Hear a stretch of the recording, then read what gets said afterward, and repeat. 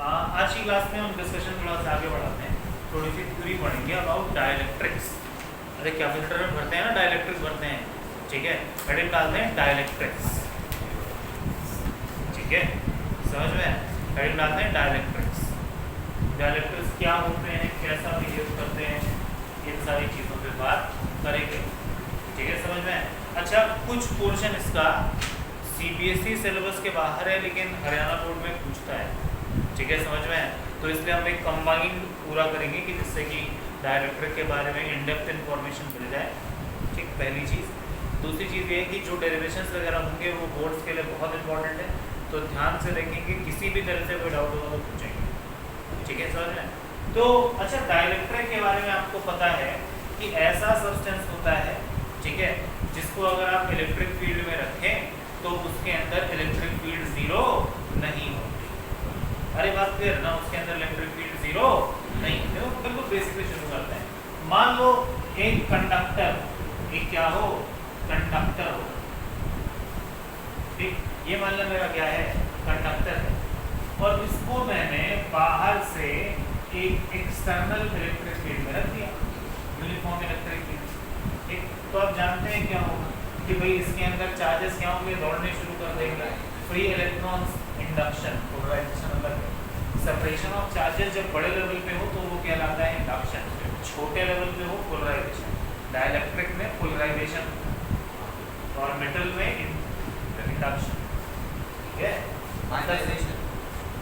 Induction, ionization अलग चीज है, ठीक है। आयन तो आयन बनाने का मतलब है तुमने परमानेंट चार्जेस, ठीक। अच्छा चलो इधर देखो, इधर देखो, तो सिंपल सी बात है कि एक तरफ नेगेटिव चार्ज इकट्ठा हो जाएगा और दूसरी तरफ पॉजिटिव चार्ज इकट्ठा हो जाएगा। क्यों? क्योंकि एक्सटर्नल इलेक्ट्रिक फील्ड की वजह से इसमें मौजूद इलेक्ट्रॉन्स पे क्या लगेगा, फोर्स लगेगा।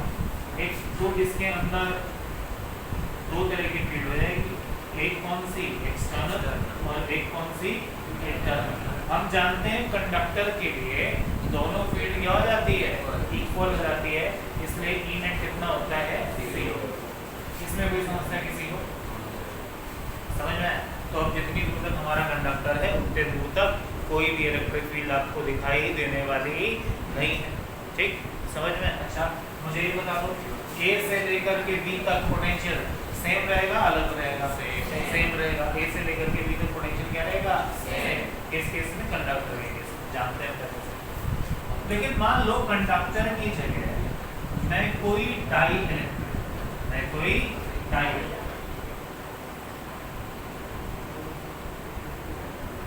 ठीक, मैं कोई डाई इलेक्ट्रिक, ठीक। तो आप जानते हैं डाई इलेक्ट्रिक जो है उतने ज्यादा फ्री इलेक्ट्रॉन को रखता नहीं, ठीक, समझ में।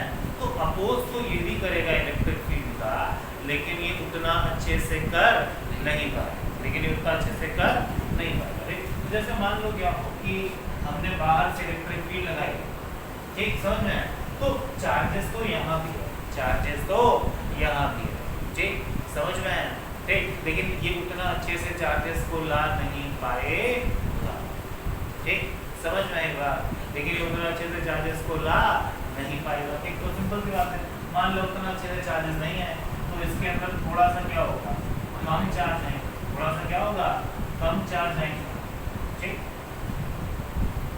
तो बाहर वाली फील्ड ज्यादा होगी और अंदर वाली फील्ड कम होगी, बाहर वाली फील्ड ज्यादा होगी और अंदर वाली मतलब कौन सी फील्ड, इंड्यूस्ड, कौन सी फील्ड, इंड्यूस्ड फील्ड क्या होगी, कम, इंड्यूस्ड फील्ड क्या हो जाएगी, कम, ठीक। तो इस केस में जो एक्सटर्नल फील्ड होती है वो क्या हो जाती है, ज्यादा, और जो इंटरनल फील्ड होती है वो क्या हो जाती है, कम, समझ में। अब जब इंटरनल फील्ड कम हो गई, अब जब इंटरनल फील्ड कम हो गई, फील्ड की वैल्यू क्या हो गई, घट गई। तो जैसे ही फील्ड की वैल्यू अंदर की तरफ घटेगी तो इसके अंदर नेट फील्ड पाया जाएगा, कौन से डायरेक्शन में, एक्सटर्नल फील्ड डायरेक्शन में, कौन से डायरेक्शन में, एक्सटर्नल फील्ड की डायरेक्शन में। क्या बातें समझ में आ गई हैं? अरे इसको लेके कोई समस्या किसी को, ठीक है, समझ में। अच्छा तो मुझे ये पता है जो इसके अंदर जो नेट फील्ड हुई वो एक्सटर्नल फील्ड के कंपैरिजन में क्या हो गई, घट गई, वो एक्सटर्नल फील्ड के कंपैरिजन में क्या हो गई, घट गई, ठीक, समझ में आई बात? तो सबसे पहला पॉइंट है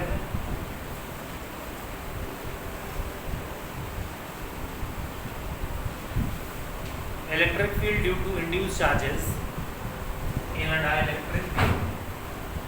Electric field due to induced charges in a dielectric is less than that of external field.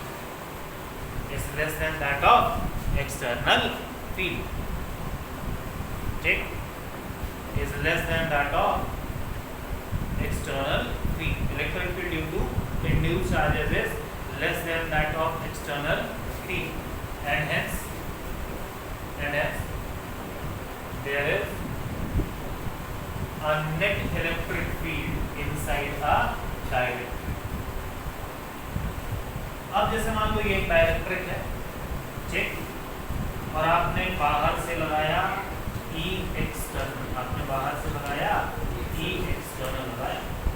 अब इसके अंदर एक इलेक्ट्रिक फील्ड ऐसे बाहर, एक छोटी इलेक्ट्रिक फील्ड, ये E एक्सटर्नल और एक E इंटरनल। इस तरीके से एक सरफेस पर नेगेटिव चार्ज और इस तरीके से दूसरे सरफेस पर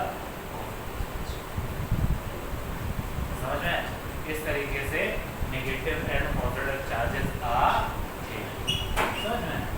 अब मान लो इस तरीके से इस पर नेगेटिव एंड पॉजिटिव चार्जेस आ गए, ठीक, समझ में।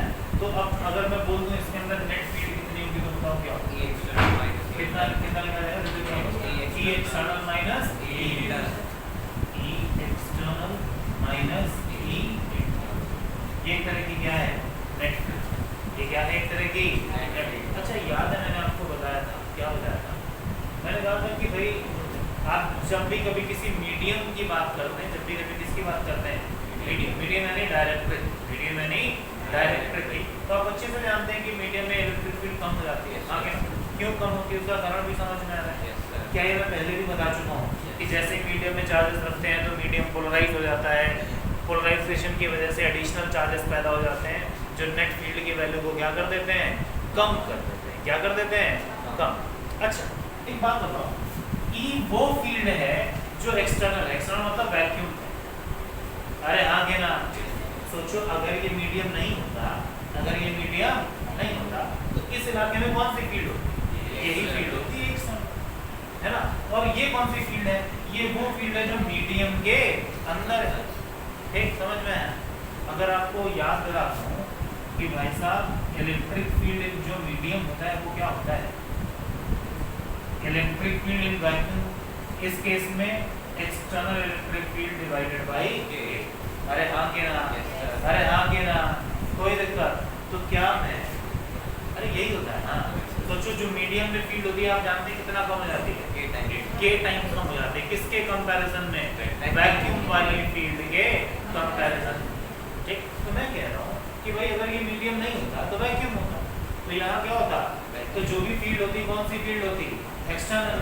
अब मीडियम आ गया तो मीडियम आने के बाद जो मीडियम में नेट फील्ड है वो कितनी हो जाएगी?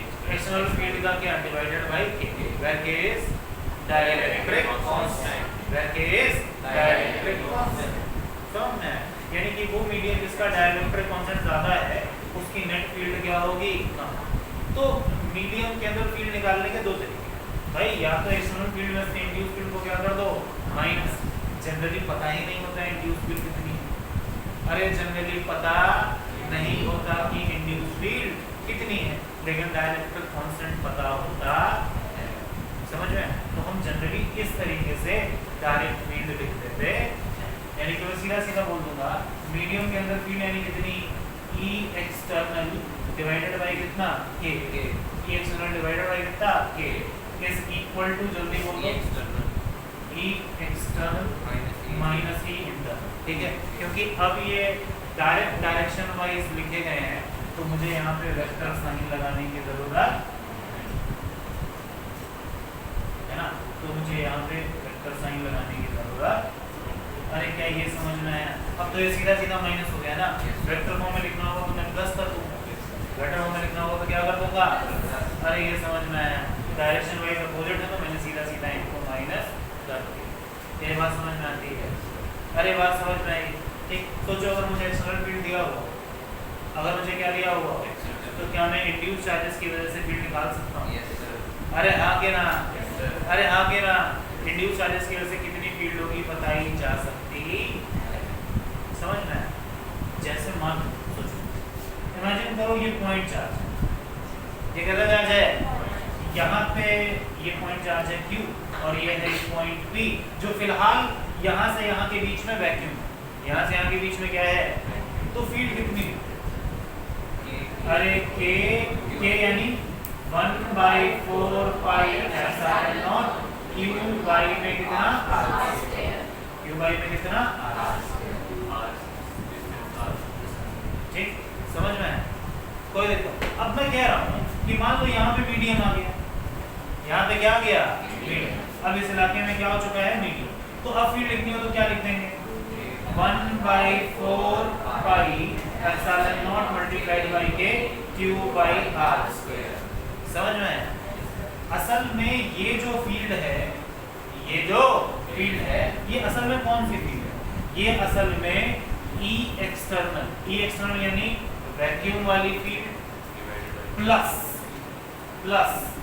ठीक है, जो भी इसके अंदर इलेक्ट्रिक फील्ड इंड्यूस हो रही है उसका क्या है, रिजल्टेंट है, उसका क्या है, समझ में?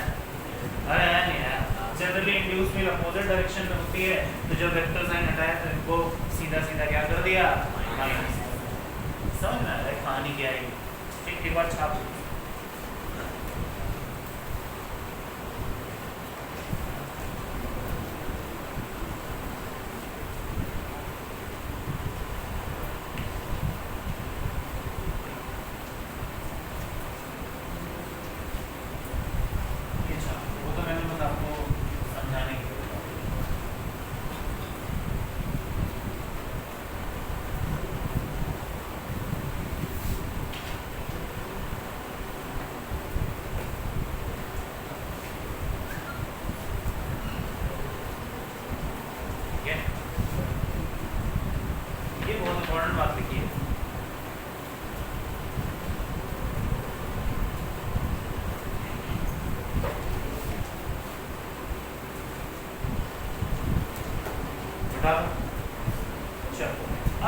देखो, मान लिया मेरे पास एक कैपेसिटर है,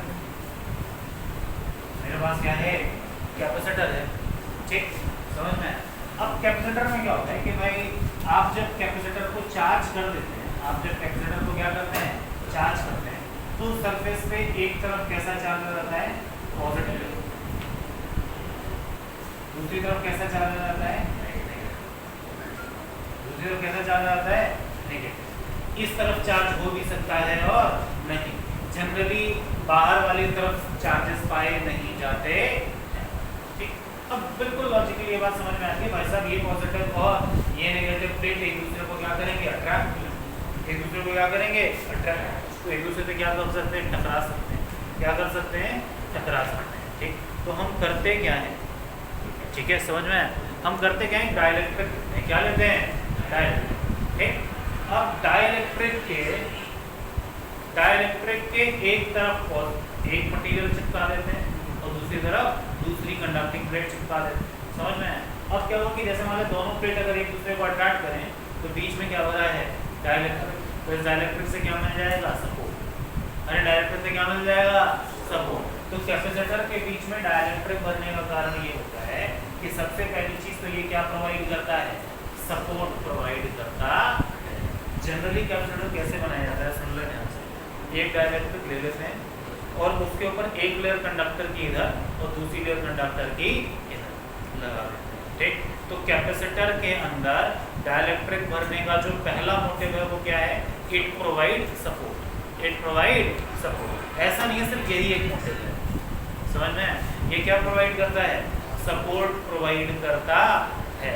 इसके अलावा और भी मोटिव हैं, ठीक है, लेकिन ये पहला मोटिव क्या है, इट प्रोवाइड्स सपोर्ट, समझ में है? अरे आया नहीं आया, कोई दिक्कत, इट प्रोवाइड्स सपोर्ट, क्लियर हो गया, क्लियर हुआ? चलो पहला पॉइंट समझ में आया, ये क्या प्रोवाइड करता है, सपोर्ट प्रोवाइड करता है, किसको, कैपेसिटर, किसको, कैपेसिटर को। डाइलेक्ट्रिक बनने का पहला मोटिव तो ये, ठीक। तो अगर हम इसके अंदर एक डाइलेक्ट्रिक भर दें पूरी तरह से, ठीक, तो ये इसको क्या प्रोवाइड करेगा, सपोर्ट प्रोवाइड करेगा, ठीक, समझ में। अब हम इसी का थोड़ा सा डिटेल एनालिसिस करने जा रहे हैं। सिद्धार्थ बेटा चुपचाप से बैठ के पढ़, अगर कोई डाउट हो तो पूछ, ठीक है, नहीं तो सिद्धार्थ और राहुल दोनों से ही सवाल पूछूंगा, जो कि 99% प्रोबेबिलिटी है तुम बता नहीं पाओगे, फिर दूंगा, ठीक है। जो पढ़ा रहा हूँ पूछूंगा क्लास के बाद में, ठीक, इसलिए ध्यान से पढ़, किसी पॉइंट पे कोई डाउट हो तो पूछ, ठीक है। मैं वैसे ही बहुत आराम से कराता हूँ चीज़ें, जिससे क्लास में कमज़ोर से कमज़ोर बच्चा एटलीस्ट थ्योरी को समझिए। ये सब बना रखा है पहले, मैं चाहूँ तो सीधा लिख सकता हूँ उत्तर। चलो अच्छा, इतना समझ में आ गया आपके, तो हम देखते हैं, ठीक है। तो मान लो मेरे पास एक कैपेसिटर है, चार्ज वार्ज कर लिया मैंने, और इसके अंदर डाइलेक्ट्रिक, इसके अंदर क्या भर रहा हूँ, डाइलेक्ट्रिक पूरा भरा हुआ है, ठीक। लेकिन मैं थोड़ी सी जगह छोड़ रहा हूँ क्योंकि मुझे डायग्राम में कुछ चीज़ें, आप मान के चलेंगे पूरा भरा, आप ऐसे डायग्राम बनाएंगे जैसे मैं बना, थोड़ी जगह छोड़ेंगे जिससे हम यहाँ कुछ लिख सकें, लेकिन असल में यहाँ पे कोई जगह नहीं है, ये इसने पूरा भर रखा है, ठीक है। तो मैं थोड़ी सी जगह छोड़ रहा हूँ, लेकिन ये भरा पूरा, ठीक। ये डाइलेक्ट्रिक है जिसका डाइलेक्ट्रिक कौन सा कितना है, के, जिसका डाइलेक्ट्रिक कौन सा कितना है, के, समझ में।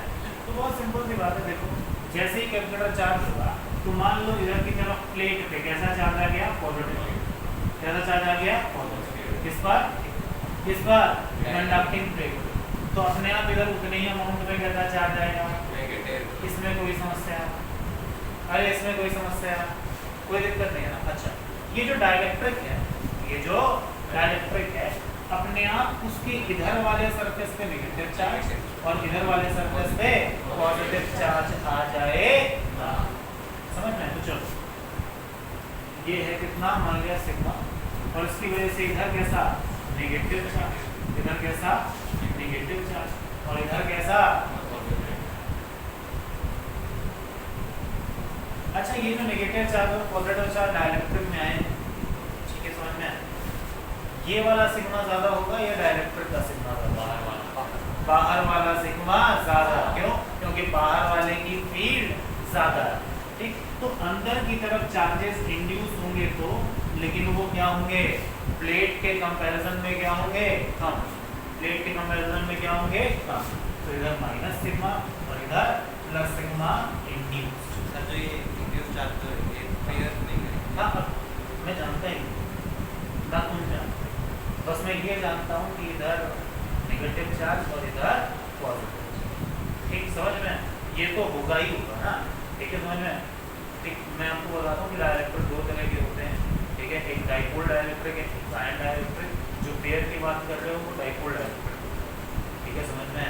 तो फिर वो एक नया डिस्कशन शुरू हो जाएगा, तो अभी मैं उस पर नहीं जाऊँ, ठीक है, समझ में। इसलिए फिलहाल जो हम बात कर रहे हैं उस पर करते हैं, ठीक है, ठीक। एक्चुअली है क्या कि इसका बहुत बड़ा हिस्सा सिलेबस में नहीं होता, ठीक है।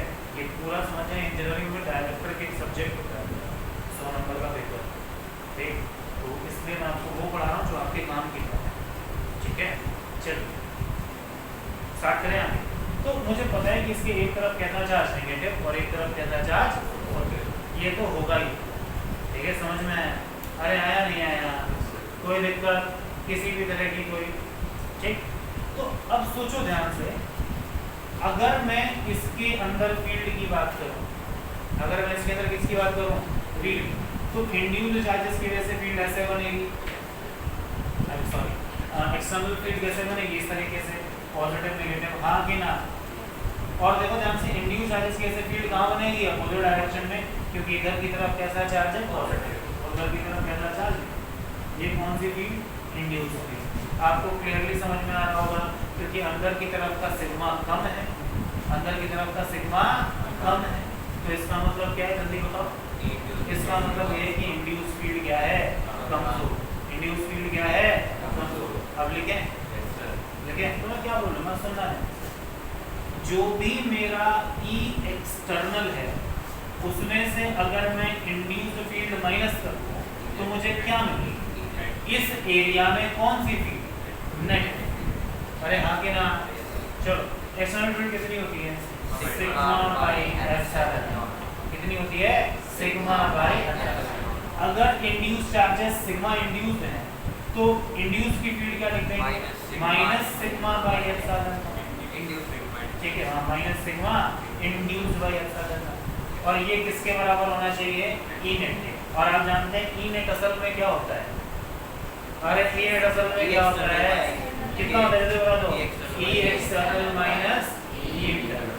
नहीं ई एक्सटर्नल डिवाइडेड बाई के। ई एक्सटर्नल डिवाइडेड बाई के। तो बाहर की फील्ड कितनी है सिग्मा बाई एप्सिलॉन नॉट। अगर मैं इसको डाइलेक्ट्रिक कांस्टेंट ऑफ मटेरियल से डिवाइड कर दूं तो क्या ये रिलेशन आ जाएगा। अरे आया नहीं आया कोई दिक्कत किसी भी तरह की। ठीक तो अगर मुझे सिग्मा इंड्यूस का पता लगाना है किसका पता लगाना हो सिग्मा इंड्यूस का। तो क्या पता लगा सकता हूँ कैसे एप्सिलॉन नॉट मर जाएगा। ठीक समझ में है क्या बचेगा जल्दी बोल दो ये सिग्मा कॉमन 1 माइनस 1 बाई के इज इक्वल्स टू सिग्मा। क्या ये फॉर्मूला देखा है कहाँ पे मैंने कहाँ पढ़ाया आपको। अरे जब स्टार्टिंग में इंडक्शन पढ़ा रहा था तो आपको बताया था Q induced is Q external 1 minus 1 by के। स्टार्टिंग के इलेक्ट्रोस्टैटिक्स के 3-4 पेजेस खोल के देखें फॉर्मूला बता चुका हूँ। और मैं अरे एरिया से मल्टीप्लाई कर दोगे तो सिग्मा की जगह क्या आ जाएगा Q। सिग्मा की जगह क्या आ जाएगा समझ में है। ये फॉर्मूला करा चुका हूँ ना पहले से। और मैंने कहा था कैलकुलेटर में आते टाइम बताऊंगा कहाँ से ये बात। अरे समझ में आया ना रजिस्टर पूरे लिख रखा है फॉर्मूला पहले की। ठीक अरे समझ में आया ये। तो ये फॉर्मूले की वैलिडिटी समझ में कैसी है। आगे बढ़े। अब एक बहुत काम की बात जो डाइलेक्ट्रिक होते हैं अगर आप उनके केमिकल स्ट्रक्चर की बात करें तो ज़्यादातर जो डाइलेक्ट्रिक है वो पोलर कोवैलेंट कंपाउंड्स होते हैं। अरे ज़्यादातर डाइलेक्ट्रिक कैसे होते हैं पोलर कोवैलेंट। जैसे वाटर है water is a dielectric polar covalent compound. HCl है पोलर कोवैलेंट कंपाउंड। ज़्यादातर डाइलेक्ट्रिक कैसे होते हैं पोलर कोवैलेंट कंपाउंड। तो होता क्या है अगर तुम इस डाइलेक्ट्रिक को सिंपली देखोगे ठीक अगर तुम इस डाइलेक्ट्रिक को कैसे देखोगे बहुत सिंपली देखोगे तो तुम देखोगे इसमें बहुत सारे मॉलिक्यूल्स होंगे पोलर। बहुत सारे मॉलिक्यूल्स होंगे पोलर। एक हिस्सा पॉजिटिव एक हिस्सा नेगेटिव एक हिस्सा पॉजिटिव एक हिस्सा नेगेटिव एक हिस्सा पॉजिटिव एक हिस्सा negative positive negative positive negative positive. इस तरह के तमाम पॉजिटिव नेगेटिव रहते हैं। अब जैसे ही तुमने बाहर से फील्ड लगाई जैसे ही तुमने बाहर से क्या लगाई आप अच्छे से जानते हैं जो डाइपोल होते हैं वो फील्ड की डायरेक्शन में क्या हो जाते हैं अलाइन हो जाते हैं। क्यों अलाइन हो जाते हैं जिससे उन पर मिनिमम टॉर्क यानी कितना लगे 0। जैसे मान लिया ऐसे मार्क कर रहा हूँ ये है पॉजिटिव और ये है नेगेटिव डाइपोल का फील्ड इस डायरेक्शन में है तो ये खुद को ऐसे करता है। अच्छा ऐसे क्यों नहीं करेंगे गुड समझ में। जब ये इस तरीके से हैं ठीक है तो ये स्टेबल टॉर्क तो 0 है लेकिन साथ में कौन सा इक्विलिब्रियम है स्टेबल है। जब ये उल्टा रखे हुए हैं तो टॉर्क भले ही 0 है लेकिन इक्विलिब्रियम कौन सा है अनस्टेबल। समझ में आई बात। ठीक तो ये इस तरीके से मतलब सच दैट डाइपोल मोमेंट और इलेक्ट्रिक फील्ड दोनों की डायरेक्शन क्या हो जाए सेम हो जाए। तो तुम खुद ही सोचो अगर मैं यहाँ देखूंगा तो ये क्या मॉलिक्यूल कुछ ऐसा हो जाएगा negative positive negative positive negative positive negative positive negative positive negative positive. तो इस तरीके से इधर इफेक्टिवली एक लेयर नेगेटिव और उधर इफेक्टिवली एक लेयर पॉजिटिव। अरे भाई नेगेटिव पॉजिटिव समझ में। तो उधर एक तरफ कैसा पॉजिटिव इधर एक तरफ कैसा नेगेटिव। इस तरीके से चीजें हो जाए क्या इतना समझना है ठीक है समझ में। इसको हम कहते हैं डाइपोल बेस्ड डाइलेक्ट्रिक। कौन सा बेस डाइपोल बेस्ड। एक पोलर डाइलेक्ट्रिक भी बोला जाता है ठीक है समझ में। कुछ ऐसे भी डाइलेक्ट्रिक होते हैं जो आयन बेस्ड ठीक समझ में। तो इसीलिए मैंने आपको इस चीज़ को उतना डिटेल में नहीं ले गया बस आप ये समझ लें कि इस तरीके से क्या हो जाते हैं अलाइन। अरे आया नहीं आया कोई दिक्कत। अब देखो समस्या कहाँ से शुरू हुई ये सब समझ में आ गया आपके। एक बार छाप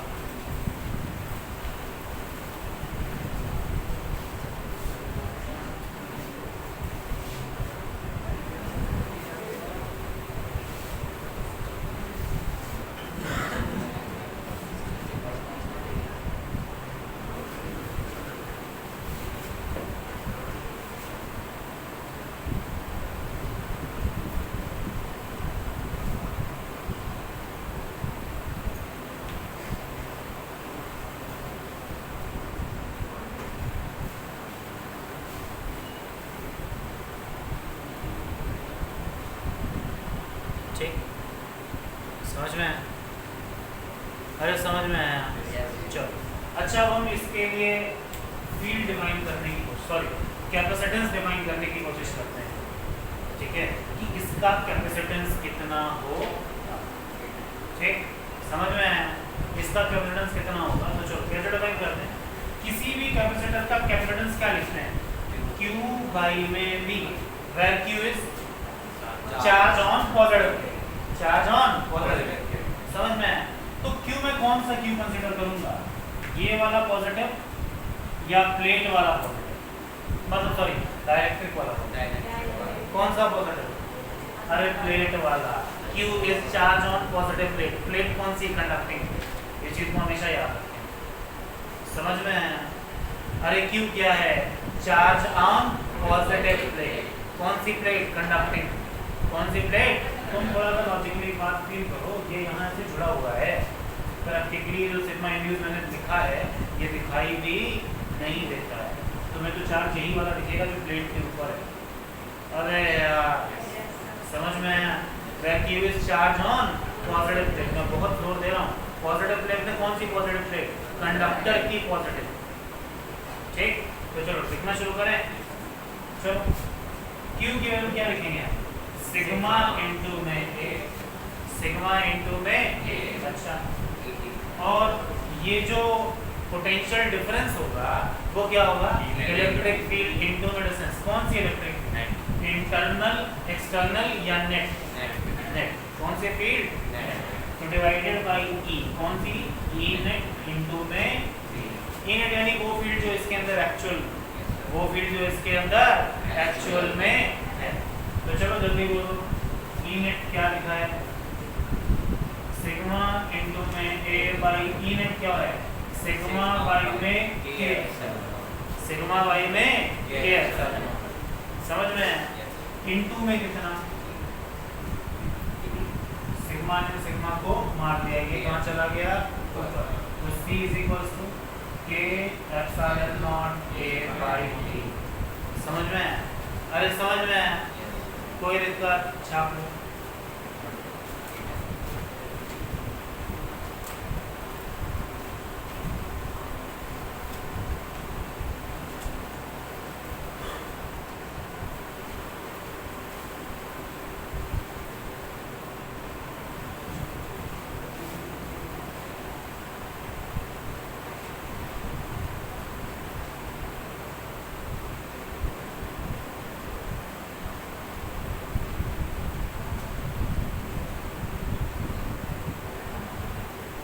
ये बहुत बेसिक सा डेरिवेशन है, ठीक। अच्छा अब तुम समझो ध्यान से,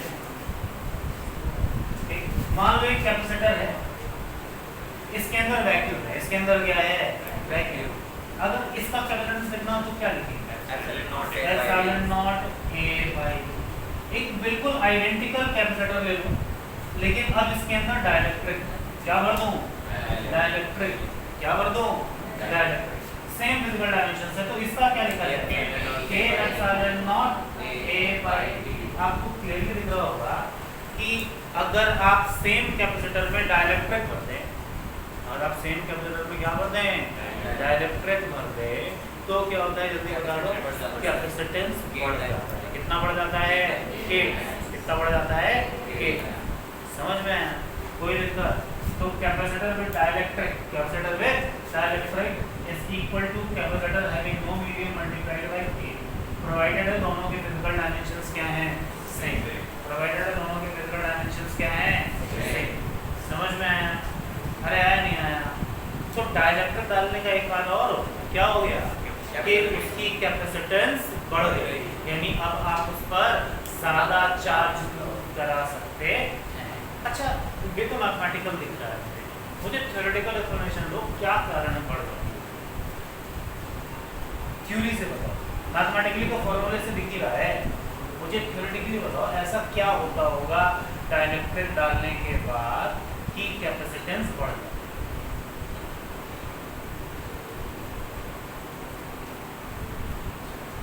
इधर देखो, इधर क्या पोटेंशियल डिफरेंस बढ़ाऊंगा तो कैपेसिटेंस घट जाए, तो क्लियर है ना, ये क्लियर है ना। अब तुम खुद ही सोचो, मीडियम में तुमने क्या बढ़ दिया, डाइलेक्ट्रिक, डाइलेक्ट्रिक भरते ही फील्ड क्या हो गई, वीक। फील्ड क्या हो गई, वीक। और जैसे ही फील्ड वीक हुई, जैसे ही क्या वीक हुई, फील्ड वीक हो गई, कमजोर हो गई, ठीक है, तो मतलब क्या, पोटेंशियल डिफरेंस भी कम हो गया, समझ में। अब जब पोटेंशियल डिफरेंस कम हो गया तो तुम ज़्यादा चार्ज रख सकते हो।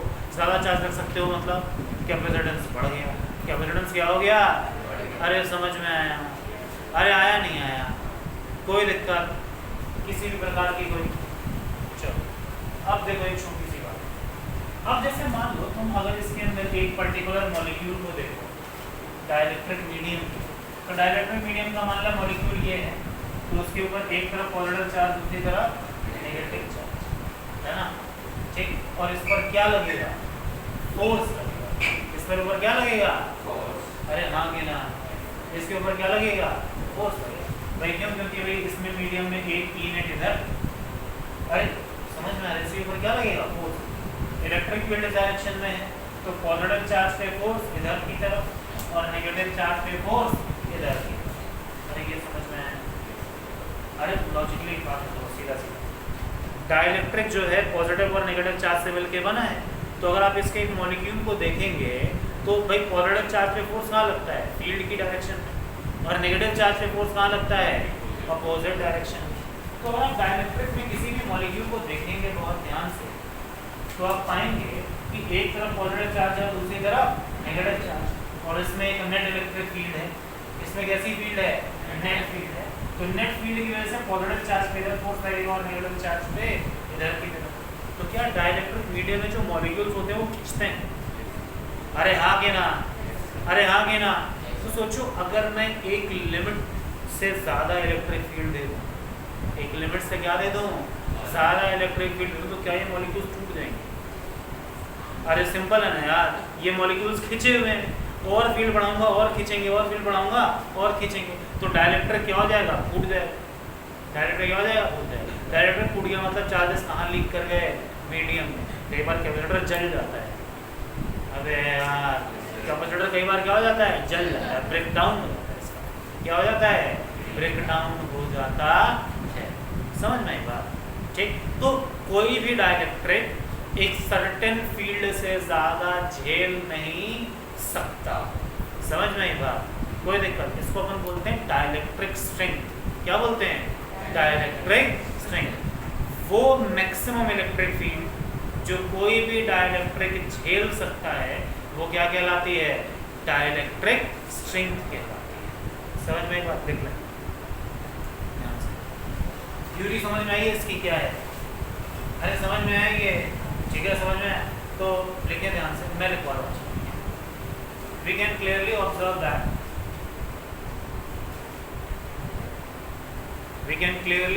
that molecules of a dipole, we can clearly observe that molecules of a dielectric, we can clearly observe that molecules of a dielectric should be stressed, should be stressed,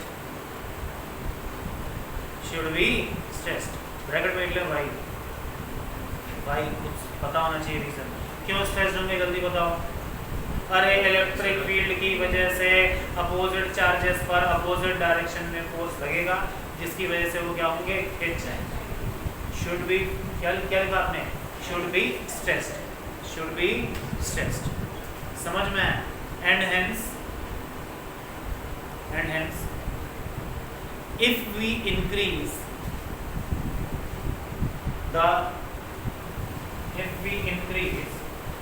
the field above a certain limit, dielectric will slow, ठीक है, समझ में है, dielectric will slow, समझ में है। Dielectric क्या हो जाएगा, फट जाएगा, ठीक। अब फिर से सुन लें, वो मैक्सिमम इलेक्ट्रिक फील्ड जो एक डाइलेक्ट्रिक झेल सकता है, समझ में आई बात, वही उसकी क्या कहलाती है, डाइलेक्ट्रिक स्ट्रेंथ कहलाती है, ठीक। तो लिखें, the maximum electric field at which, the maximum electric field at विच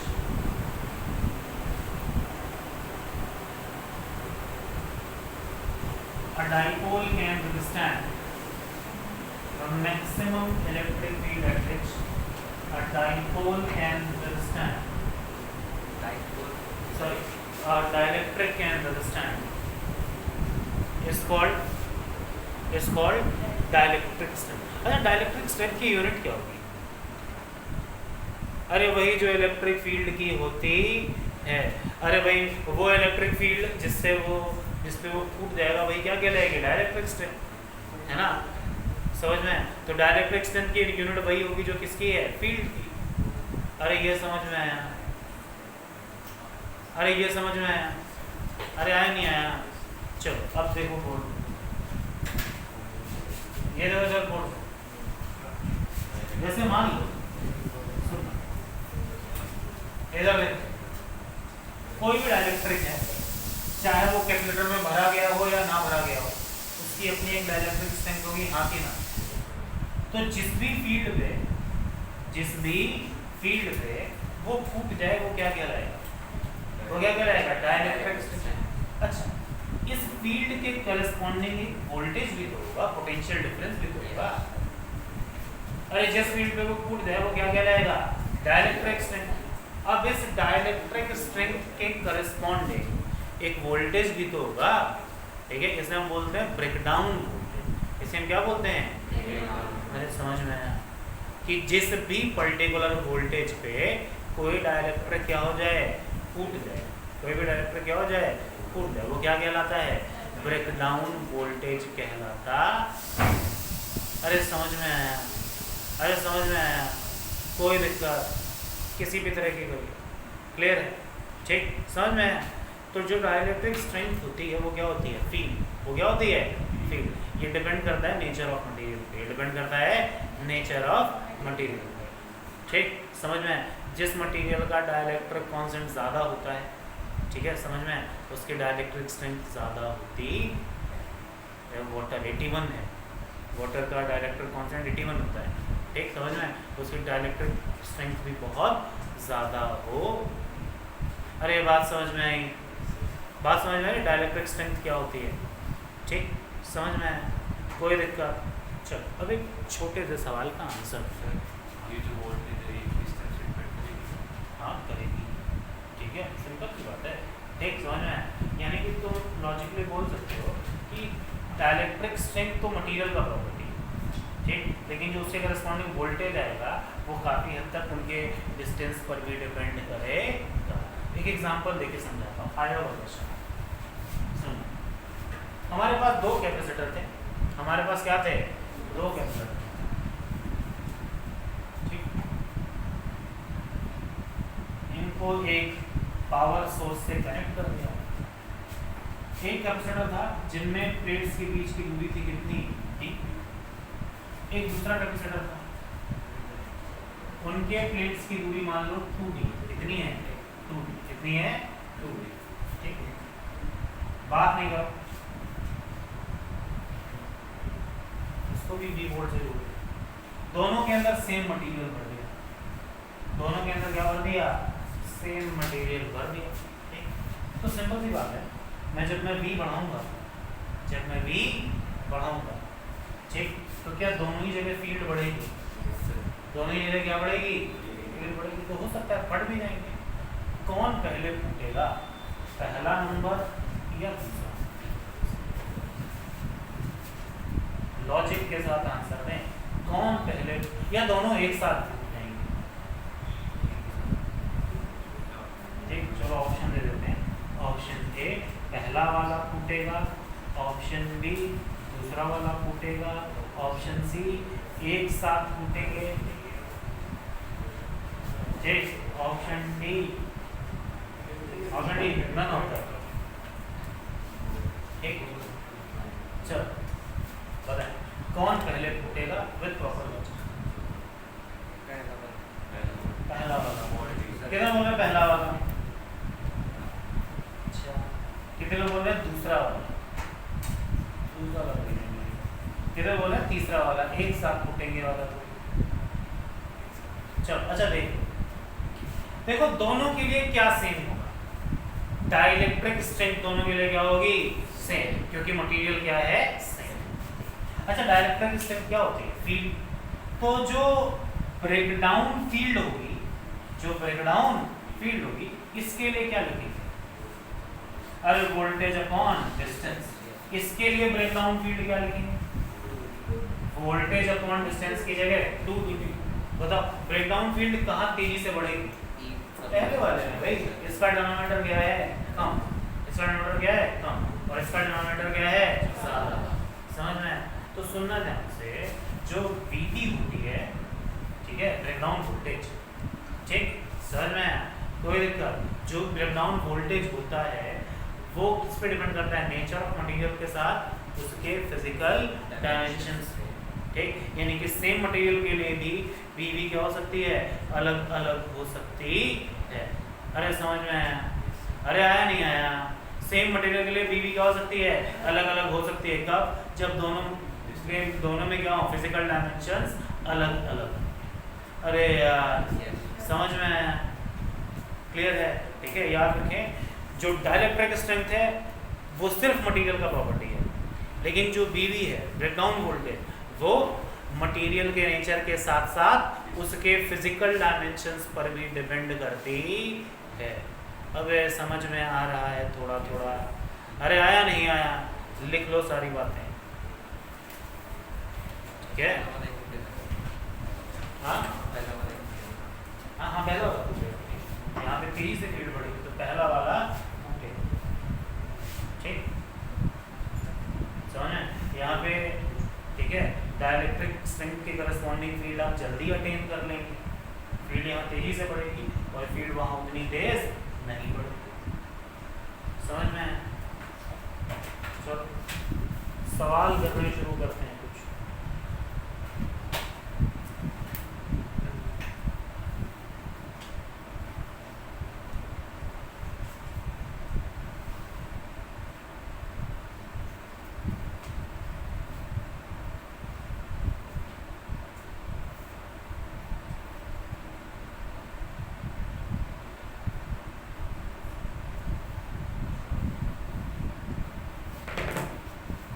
हाँ भाई, लिखा?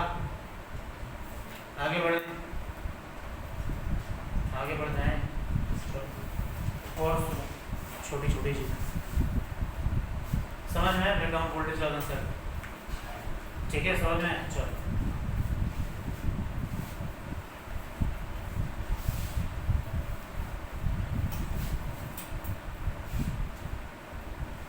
ठीक, सुनना। इमेजिन करो मैंने 2 कैपेसिटर से बहुत लगा दिए। मैंने क्या कर दिए? 2 कैपेसिटर लगा दिए। एक मान लिया 6 माइक्रोफैरड, एक मान लो 3 माइक्रोफैरड, ठीक, समझ में? 6 माइक्रोफैरड के लिए VB 10 वोल्ट की है, ठीक, और 3 माइक्रोफैरड के लिए VB कितनी ले लें? 5 वोल्ट, ठीक, समझ में? कोई दिक्कत?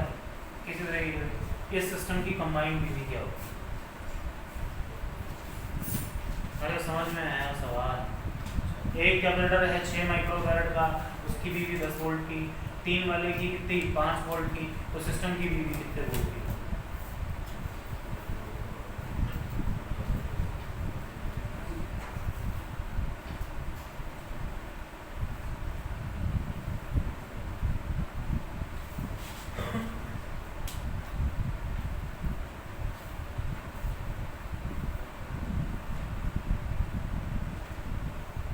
भी एक साथ है ना, ठीक, तो सिस्टम की VB कितने वोल्ट की होगी?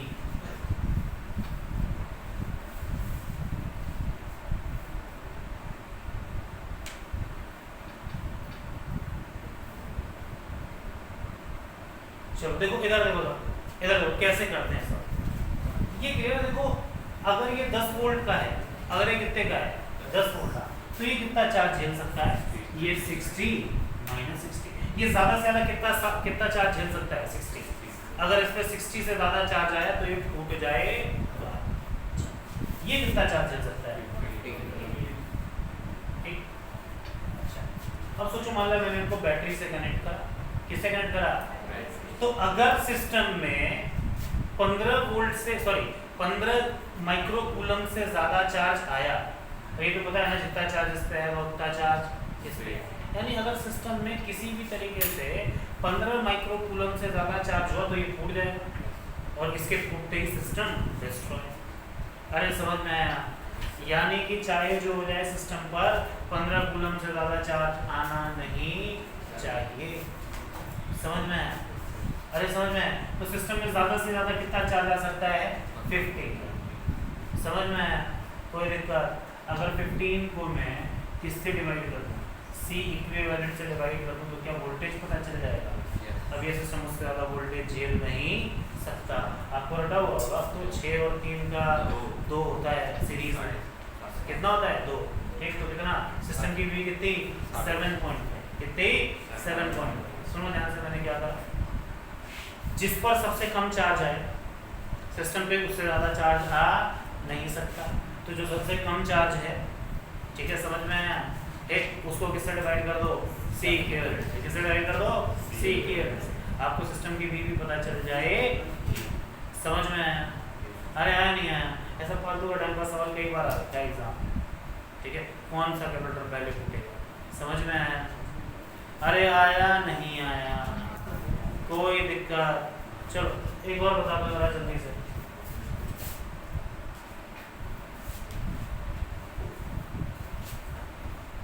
छह माइक्रोफैरड, 2 माइक्रोफैरड, 2 माइक्रोफैरड। इसकी बीवी 10 वोल्ट की, इसकी बीवी 20 वोल्ट की, इसकी बीवी 30 वोल्ट की। ठीक, समझ में आया? सिस्टम की बीवी।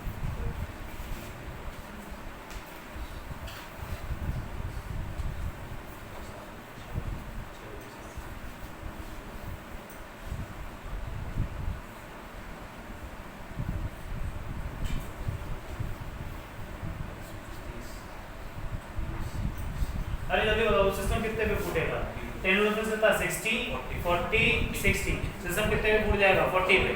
तो 40 बाई सी इक्विवेलेंट। क्या सी इक्विवेलेंट निकाल सकते हो? सीरीज में बस खत्म हो। चलो, अरे समझ में आया?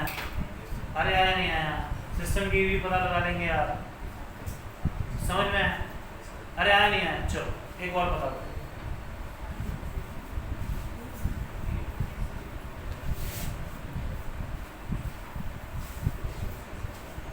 इधर देखो,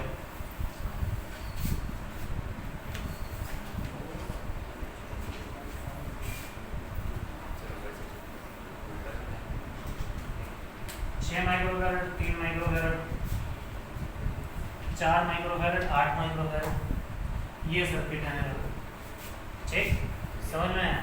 अरे आया नहीं आया? चलो चेक कहाँ ले लेते हैं, क्या ले लें?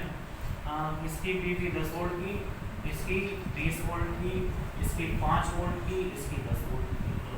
ठीक, सिस्टम की भी बताओ।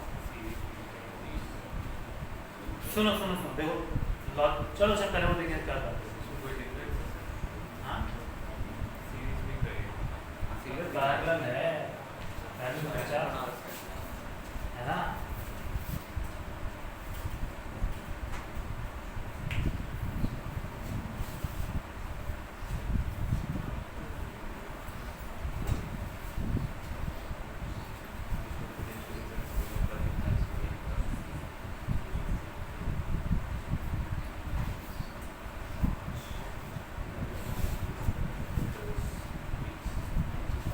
देखो दोनों स्ट्रैंड को अलग अलग एनालाइज करो।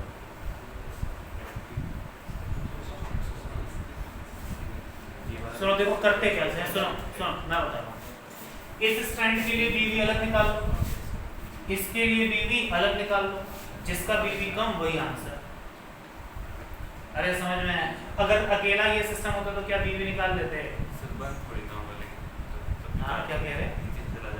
अरे दोनों में पोटेंशियल सेम आता है ना सर, ऐसे कह रहा आपने ऐसा कहा कि बीवी जिसका छोटा हो वही आंसर होगा।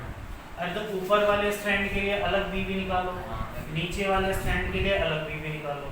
ठीक, समझ में? ऊपर वाला चला भी गया तो क्या आंसर फ्लो होगा इधर? अबे तो ऊपर वाला मान लिया सोच, सिस्टम की कंबाइंड बीवी नीचे वाले की आ गई 10 वोल्ट की बीवी, ऊपर वाले की आ गई 40 वोल्ट की बीवी।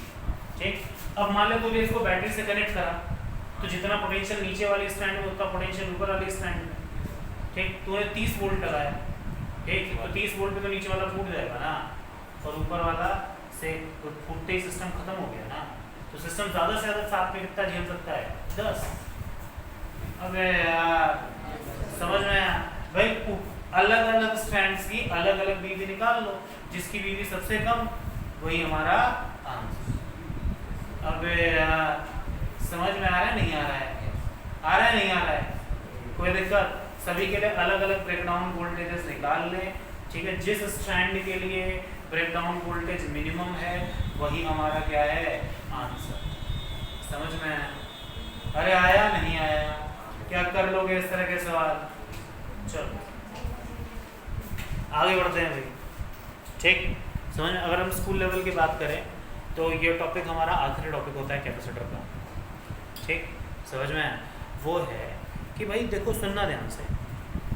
कैपेसिटर में जब मैंने डाइलेक्ट्रिक पूरा भर दिया, जब मैंने डाइलेक्ट्रिक पूरा भर दिया, क्या कैपेसिटेंस लिखना जानता हूँ? अरे के epsilon not a by D. समझ में आया? लेकिन हमको निकालना है क्या होता है जब आप उसके अंदर डाइलेक्ट्रिक पूरा नहीं भरते, ठीक। समझ में?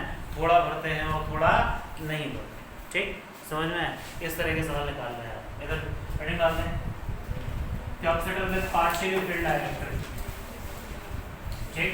इंपॉर्टेंट डेरिवेशन है, ध्यान से देखेंगे, ठीक। चलो बिल्कुल लॉजिक से निकालेंगे। एक शॉर्ट ट्रिक भी दे दूंगा निकालने की। शॉर्ट ट्रिक से एग्जाम में नहीं निकालोगे, बोर्ड्स में, ठीक है। समझ में? बोर्ड में तो इसी तरीके से निकालोगे जिससे मैं निकाल रहा हूँ, दूसरा तरीका वैलिड नहीं होता है, ठीक। क्यों वैलिड नहीं होता है ये भी बताऊंगा। चलो मान लें कैपेसिटर था, ठीक। उसकी 2 प्लेट्स ऐसे थी और इसमें एक डाइलेक्ट्रिक डाल दिया जिसका डाइलेक्ट्रिक कांस्टेंट कितना है? इसका डाइलेक्ट्रिक कांस्टेंट कितना है? अरे ये समझ में आया? इसका डाइलेक्ट्रिक कांस्टेंट कितना है? ठीक। चलो थोड़ी सी दूरी ले लेते हैं। ये यहाँ से यहाँ तक की दूरी मान लो कितनी है? टी। और इसके अंदर आपने एक स्लैब डाल दी, कितने थिकनेस की? टी थिकनेस की। कितने थिकनेस की? टी थिकनेस की। क्या कर दिए? स्लैब इंसर्ट कर दी, ठीक। अब सर यहाँ इतना समझ में आया? एक टी थिकनेस की क्या डाल दी है? स्लैब, ठीक। तो चलो मान लो ये दूरी हो कितनी? x, ये दूरी हो कितनी? t। तो ये बची हुई दूरी कितनी हो जाएगी? d minus t minus x, d minus t minus, ये बची हुई दूरी हो जाएगी। अरे इसमें कोई समस्या? किसी को कोई समस्या? चलो अब इसको चार्ज वार्ज करा तुमने, एक सरफेस पे इधर चार्ज आया, हाँ कि ना? ठीक। इधर कैसा चार्ज आएगा? नेगेटिव। इधर कैसा चार्ज आएगा? नेगेटिव। इस वाले की कंपैरिजन में नेगेटिव चार्ज मैग्नेटिक वाइज कम होगा, बताओ? कम हो, ठीक। और इधर कैसा चार्ज आएगा? अरे ये समझ में आया? ठीक। और इधर कैसा? ठीक। तो ये हम मान लेते हैं माइनस सिग्मा, ये मान लेते हैं प्लस सिग्मा, और ये माइनस सिग्मा इंड्यूस्ड, ये प्लस सिग्मा इंड्यूस्ड, ठीक। अब जानते हैं इंड्यूस्ड चार्जेस क्या होंगे? कम होंगे। क्या होंगे? कम। कंडक्टर होता तो बराबर, कंडक्टर होता तो बराबर। देवांशु खाना बंद कर,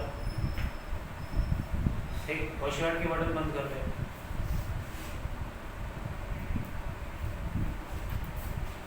इन सब चीजों में टोकना ना पड़ेगा। शर्ट के बटन बंद करने को बोला है हिमांशु, तो कल से ये शर्ट लिखनी नहीं चाहिए, ठीक है। नहीं तो बाकी की मैं तोड़ दूंगा, ठीक। बात नहीं, बात नहीं, ठीक। कल से दोबारा ऐसा, ठीक है। हाँ भाई चल स्टार्ट करें, आगे स्टार्ट करें। चलो अच्छा तुम खुद ही सोचो, इस वाले रीजन में फील्ड कितनी होगी? रीजन नंबर 1 में फील्ड कितनी? अरे सिग्मा बाई एप्सिलॉन नॉट। क्यों? क्योंकि सोचो इस रीजन में फील्ड इस पॉजिटिव की वजह से होगी, इस नेगेटिव की वजह से होगी, इस वाले नेगेटिव और इस वाले पॉजिटिव की वजह से फील्ड कैंसिल होगी। देख लो इस नेगेटिव की वजह से फील्ड ऐसे, इस पॉजिटिव की वजह से फील्ड ऐसे, अरे पॉजिटिव की वजह से आउटवर्ड, नेगेटिव की वजह से इनवर्ड। तो ये नेगेटिव और ये पॉजिटिव इलेक्ट्रिक फील्ड देने वाले नहीं है, ठीक। और आप जानते हैं इसकी वजह से होती है सिग्मा बाई 2 एप्सिलॉन नॉट, इसकी वजह से सिग्मा बाई 2 एप्सिलॉन नॉट, दोनों हट जाएंगे सिग्मा बाई एप्सिलॉन। तो रीजन नंबर 1 में इलेक्ट्रिक फील्ड कितनी, sigma by epsilon. Region number 2 में इलेक्ट्रिक फील्ड कितनी, अरे रीजन नंबर 2 में इलेक्ट्रिक फील्ड नेट टू इसी डायरेक्शन में बनती है ना, सिग्मा बाई में k एप्सिलॉन। अरे पता है आपको डायरेक्टर के अंदर फील्ड कितनी होती है, sigma by k epsilon. Region number 3 में कितनी फील्ड, वापस से सिग्मा बाई एप्सिलॉन। क्या इतनी बात समझ में आ रही है? अच्छा ये इलेक्ट्रिक फील्ड मैंने नेगेटिव से पॉजिटिव की तरफ बनाई है, क्यों? अरे ये नेट फील्ड है, नेट फील्ड अभी भी इस डायरेक्शन में ही रहेगी, कंफ्यूज ना हो कि गलत बनाएंगे, ठीक है, समझ में आया? ये नेट फील्ड है, ये कैसी फील्ड है, नेट फील्ड, ठीक। अरे बात समझ में आती है, अरे बात समझ में आती है। चलो स्टार्ट करें। तो अब हम अच्छे से जानते हैं कि जो C होता है वो क्या होता है, बेसिक फॉर्मूला, अरे टोटल चार्ज बाई में potential difference, total charge by में पोटेंशियल। अरे इसमें कोई समस्या, कोई दिक्कत? चलो अच्छा टोटल चार्ज क्या है, क्या टोटल चार्ज में चार्ज क्या लेते हैं, charge on positive plate multiplied by area, यानी Q की वैल्यू सिग्मा इनटू में एरिया, ठीक। अच्छा V के बारे में बात करते हैं। देखो V यहाँ से यहाँ तक V कुछ और ड्रॉप होगा, यहाँ से यहाँ तक V कुछ और ड्रॉप होगा, यहाँ से यहाँ तक V कुछ और ड्रॉप होगा। अरे हाँ के ना, अरे क्लियर है ना? चलो रीजन नंबर 1 में मान लिया पोटेंशियल ड्रॉप हुआ V1, रीजन नंबर 2 में पोटेंशियल ड्रॉप हुआ कितना, V2, और रीजन नंबर 3 में पोटेंशियल ड्रॉप हुआ कितना, V3। अच्छा ये तो क्लियर है ना, यहाँ से यहाँ भी पोटेंशियल घटेगा, यहाँ से यहाँ भी पोटेंशियल घटेगा, और यहाँ से यहाँ भी पोटेंशियल घटेगा, ठीक। नितेश क्यों खड़ा हो? रीजन नंबर 1 में भी पोटेंशियल घटेगा, 2 में भी घटेगा, और 3 में भी घटेगा, क्यों?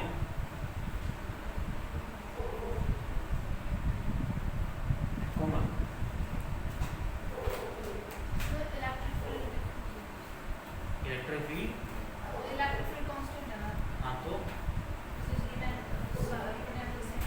बेबी हाँ क्यों?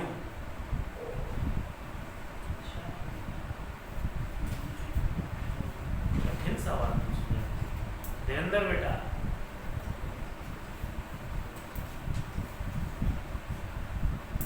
अरे भाई साहब कोई मुझे बताएगा आंसर, मैं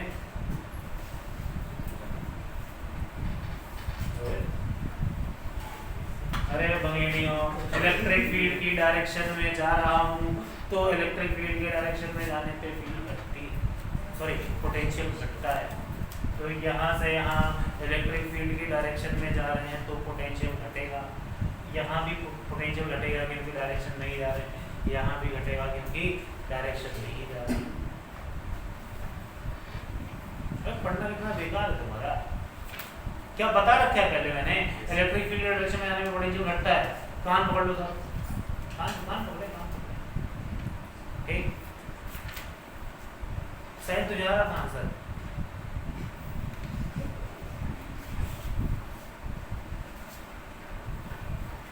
कैसे डॉक्टर बने रहे? चलो ठीक, तो सोचो ध्यान से, मान लिया रीजन नंबर 1 में पोटेंशियल ड्रॉप हुआ कितना, V1, रीजन नंबर 2 में कितना, V2, रीजन नंबर 3 में कितना, V3, तो टोटल पोटेंशियल डिफरेंस कितना आया, V1 plus V2 plus V3, हाँ कि ना, हाँ कि ना? चलो मुझे बता V1 क्या लिखेंगे, क्या लिखेंगे, sigma by epsilon not into में x, अरे electric field into distance, electric field into distance, है ना? नितेश को मौका दूंगा बैठने का। रीजन नंबर 2 में मतलब V2 क्या लिखेंगे, नितेश बताएगा, नितेश बताएगा।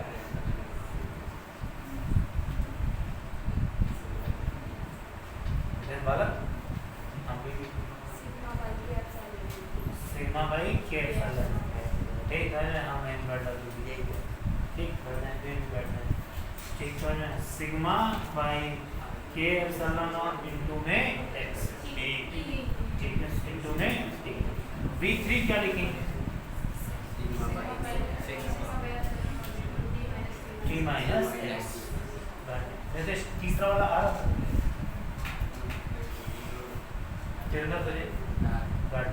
ठीक आप सुन ले ध्यान से अगर इलेक्ट्रिक फील्ड कांस्टेंट हो तो पोटेंशियल क्या लिखते हैं पोटेंशियल डिफरेंस क्या लिखते हैं इलेक्ट्रिक फील्ड इनटू में डिस्टेंस हाँ कि ना इलेक्ट्रिक फील्ड कितनी है सिग्मा बाई एप्सिलॉन दूरी कितनी है d minus t minus x तो पोटेंशियल डिफरेंस कितना है sigma by epsilon not into में d minus t minus x अरे कई बार बता चुका हूं लगता ही नहीं है यार कि ये मतलब आईटी और नीट की क्लास चल रही है बैठ जाओ मगर रेगुलर बोर्ड वाले बच्चों को पता होता है इससे ज़्यादा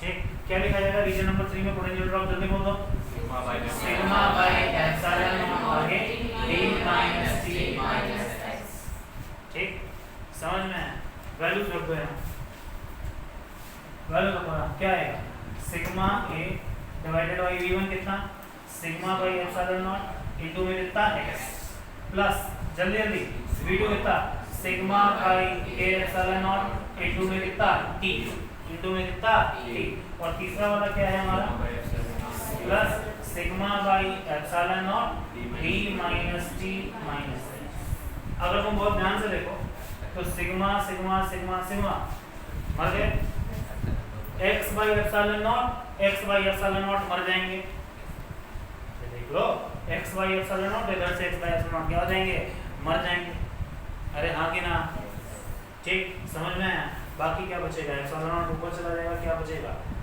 देखो ध्यान से क्या बचेगा जल्दी बताओ t माइनस ये सॉरी t है आगे बोल दो t minus t plus t by k d minus t plus t by k तो c आया कितना एप्सिलॉन नॉट a बाई में d minus t plus t by k समझ में अरे आया नहीं आया कोई दिक्कत किसी भी प्रकार की कोई ठीक एक बार शॉर्टकट देख लो अगर इसको एक कैलकुलेटर मान लो इसको दूसरा मान लो इसको तीसरा मान लो और तीनों किस में जुड़े लग रहे हैं सीरीज तीनों किस में जुड़े लग रहे हैं सीरीज में जोड़ना जानते हो ना तो भी आंसर वही है तो भी आंसर वही आएगा समझ में आया अरे आया नहीं आया लेकिन वो कंसेप्चुअली इनकरेक्ट है क्यों क्योंकि सबके चार्जेस सेम नहीं आते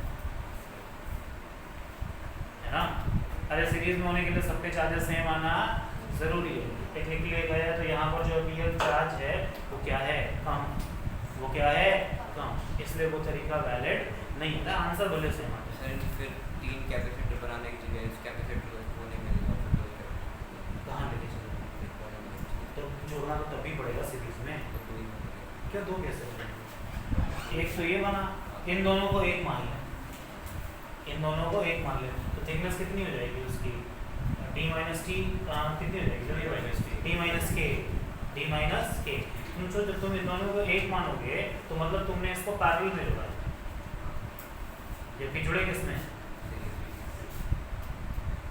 आंसर अलग हो जाएगा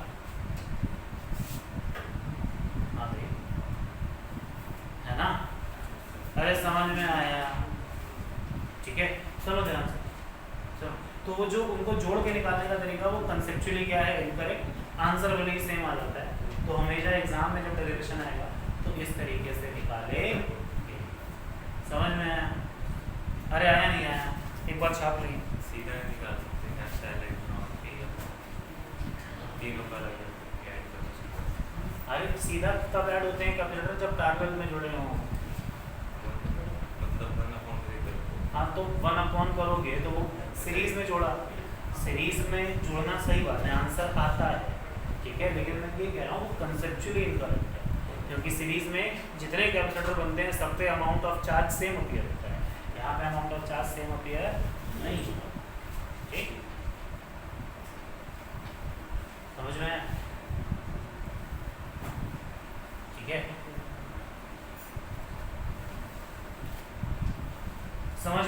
अपने मन से छापे इसे, ये डेरिवेशन बहुत इंपॉर्टेंट है एग्जामिनेशन पर्पस से।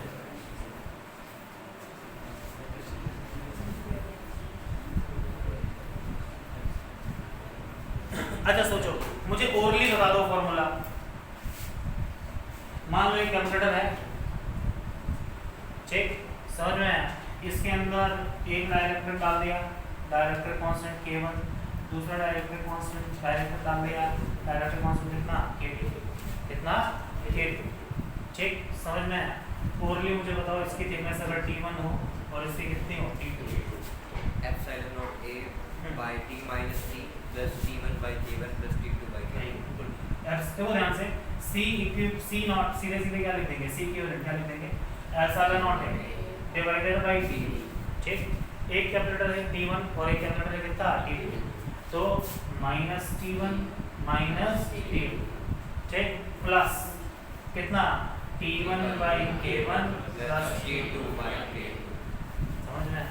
सोचो अगर बहुत सारे ऐसे डायरेक्टर डाल दूं तो क्या तुम लिख सकते हो? Yes sir. अरे क्या तुम लिख लोगे? समझ में आया? ठीक, अगर मान लो एक और स्लैब डाल दूंगा तो क्या कर दूंगा, epsilon not divided by D minus T1 minus T2 minus T3 plus T1 by K1 plus T2 by K2 plus T3 by K3।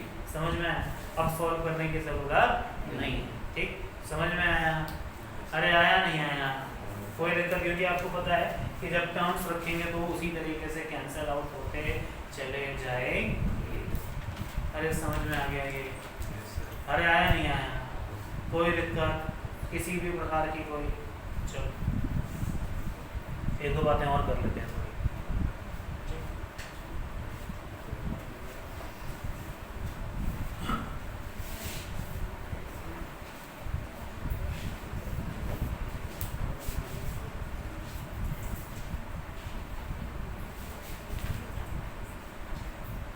ठीक, स्टार्ट करें।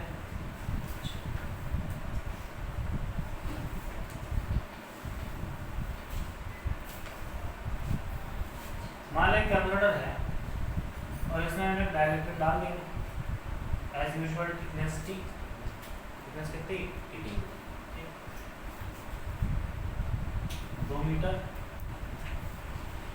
2 मीटर, ये भी 2 मीटर मान, ठीक, K है इसका डाइलेक्ट्रिक कांस्टेंट। यहाँ का पोटेंशियल मान लिया V और यहाँ का कितना हो जाएगा 0, यहाँ कितना हो जाएगा 0, ठीक, समझ में? पोटेंशियल डिफरेंस है, ठीक। हमको एक ग्राफ बनाना है, जब आप यहाँ से आगे बढ़ते हैं, ठीक है, तो डिस्टेंस x वर्सेस v का ग्राफ एक बार खुद से बना के देखें, एक रफ स्केच बना के दिखाएं मुझे, जरूरी नहीं है एग्जैक्ट बने, एक रफ स्केच बना के दिखाएं।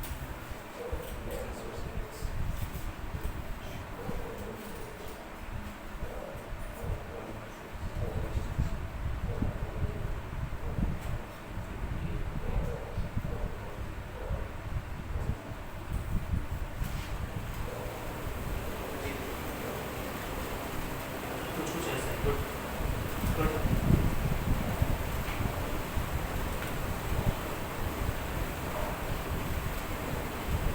अच्छा ये तो आपको समझ में आ रहा होगा ना, इलेक्ट्रिक फील्ड कांस्टेंट है तो पोटेंशियल ड्रॉप होगा ऐसा sigma by epsilon not into x।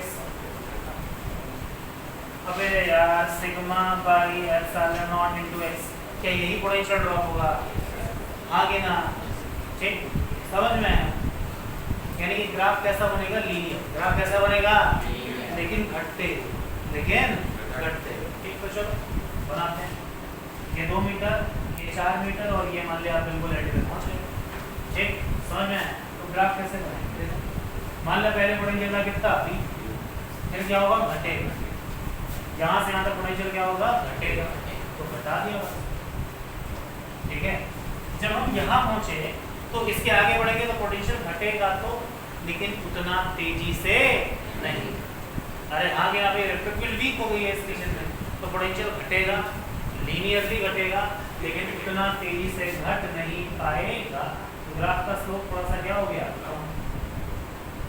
समझ में आया? डाइलेक्ट्रिक में तो पोटेंशियल बहुत जल्दी घटता है, V नॉट बाय K अरे sigma by 2 epsilon not into x, पहले घट रहा था sigma by epsilon not into x, कहाँ पोटेंशियल तेज घट रहा है, यहाँ पे देखो, पहले तो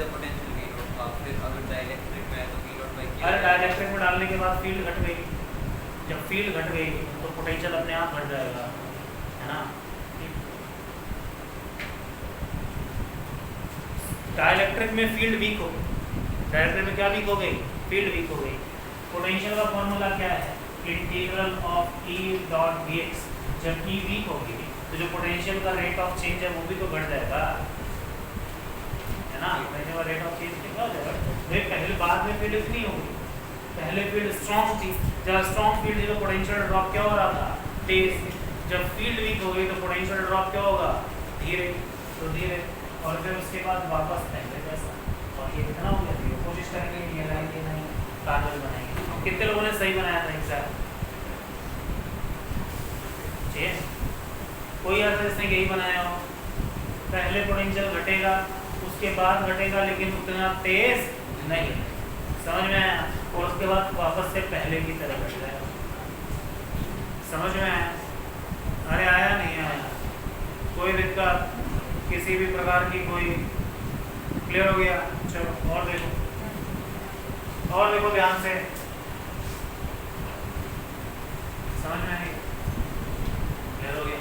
चलो और देखो इधर, ठीक। तो ये तो वही बात इसकी, ठीक। इलेक्ट्रिक फील्ड कैसे वेरी करेगा, इलेक्ट्रिक फील्ड का डायग्राम अगर आप सेम मैं यहीं पे बना देता हूँ, नीचे इलेक्ट्रिक फील्ड का डायग्राम। स्टार्टिंग में फील्ड ज़्यादा होगी सिग्मा बाई एप्सिलॉन, बाद में फील्ड आधी हो गई लेकिन कांस्टेंट बनी हुई है, और उसके बाद वापस से रही।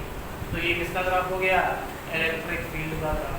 किसका ग्राफ हो गया, इलेक्ट्रिक फील्ड का, ठीक। अच्छा एक चीज मुझे बताओ, जिस मीडियम का डाइलेक्ट्रिक कांस्टेंट ज्यादा,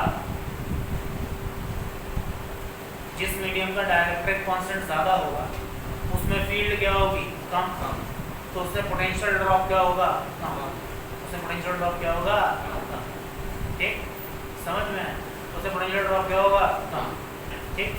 अब एक और जेई में क्वेश्चन, सिंपल कंसेप्चुअल सवाल है, आरटी प्रीलिम्स में स्क्रीनिंग का सवाल, आसान सवाल है, काफी पहले पूछा गया। उन्होंने पूछा कि भाई साहब एक है ये कैपेसिटर, इसके अंदर दो डाइलेक्ट्रिक भरे हुए, एक K1 और एक K2, जो ग्राफ कुछ ऐसे है।